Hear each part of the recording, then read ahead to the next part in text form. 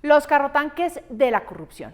El acostumbrado escándalo semanal de corrupción de la potencia mundial de infamia estuvo relacionado esta vez con la compra de los carrotanques para La Guajira. Las revelaciones han demostrado de nuevo que las promesas de cambio no eran más que delirantes declaraciones, quizás pasadas por litros de café, por no llamarlas burdas mentiras. Una plétora de hechos que le restan toda autoridad moral al presidente Gustavo Petro para que siga creyendo ser el dueño de la transparencia y de la honradez. El exdirector de la Unidad Nacional para la Gestión de Riesgo y Desastres, Olmedo López, y su ex subdirector Sneider Pinilla tienen arrinconado a Petro y pusieron contra las cuerdas a varios funcionarios, senadores y representantes. Valga decir que el señor Olmedo es un viejo conocido del mandatario, tanto que fue uno de los decentes que el mismísimo presidente Eclipse recomendaba para votar en las elecciones bajo el eslogan: los candidatos de Petro son decentes.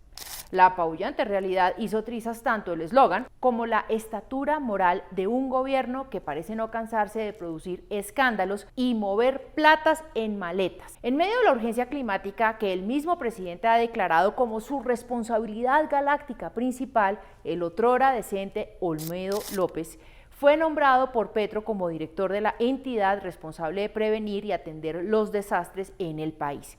Es lógico que para estas responsabilidades la entidad disponga de un régimen especial que disminuye tiempos, pero también requisitos que garantizan la transparencia. Fue esa la oportunidad que aprovecharon para, como lo señaló Pinilla, subalterno del exdecente Olmedo López, sacar maletines repletos de plata. Según el mismo Pinilla, hoy arrepentido exfuncionario, el recurso se utilizó para pagarle 1.000 millones de pesos al presidente de la Cámara de Representantes, Andrés Calle, Partido Liberal, y 3.000 millones a Iván Name, Partido Verde, presidente del Congreso. Presuntamente, y de acuerdo con los mismos, ahora no decentes exfuncionarios, el recurso se usaría para comprar el apoyo de los congresistas que justamente estaban en medio de la aprobación de las muy cuestionadas reformas promovidas por el gobierno potencia mundial de escándalos.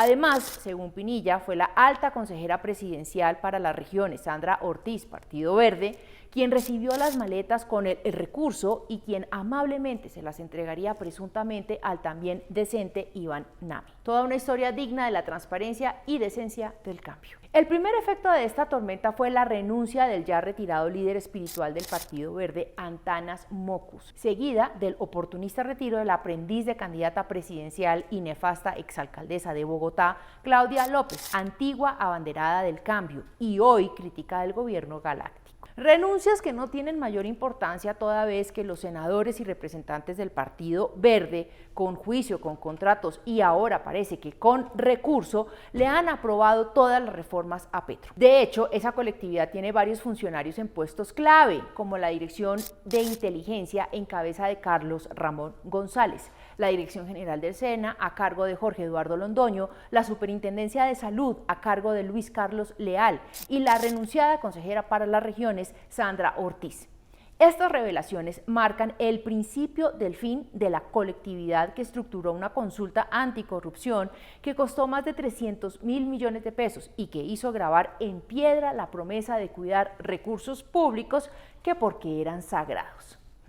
¡Qué ironía! Petro ha intentado de todas las formas posibles desmarcarse de su propio equipo de gobierno, atenuar los efectos políticos de este nuevo escándalo, victimizarse y dar a entender que Olmedo López es una suerte de infiltrado de la oposición que busca desestabilizar su mandato. A pesar de ello, muchas preguntas siguen en el ambiente. ¿Qué otros congresistas recibieron dinero para aprobar las reformas del gobierno? ¿Qué ministros estuvieron involucrados en esas transacciones?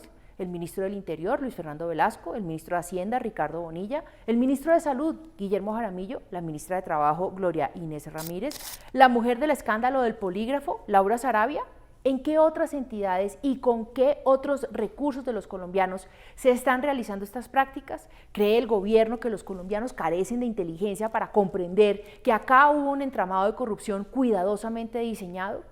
¿Qué harán los demás senadores y representantes del Partido Verde frente a estas revelaciones? Además de rasgarse las vestiduras y mirar para otro lado, ¿habrá consecuencias políticas? Por ejemplo, no se han tenido noticias de los eficientes y locuaces senadores representantes Angélica Lozano, cofundadora y coadministradora del poderoso feudo López Lozano, una renuncia, la otra se queda, la del analista Ariel Ávila o la de la muy eficiente Catherine Miranda. Su permanencia y sus votos en el Congreso no quedan manchados por las cuestionadas actuaciones de los miembros de su partido sobre las que ahora dicen que nunca supieron nada. Claudia López insistirá en su candidatura presidencial. El gobierno del cambio quiere bajar el volumen de este escándalo. Para eso está obstinado en montar la narrativa trágica del supuesto golpe blando o del entramado periodístico, liderado por la señora de siempre, como se refiere el democrático presidente Eclipse a la directora de la casa editorial Semana, cuando la realidad es que los recursos públicos o bien se desperdician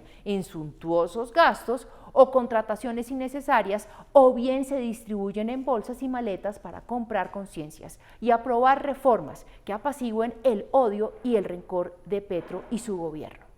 ¿Eso es de verdad el cambio?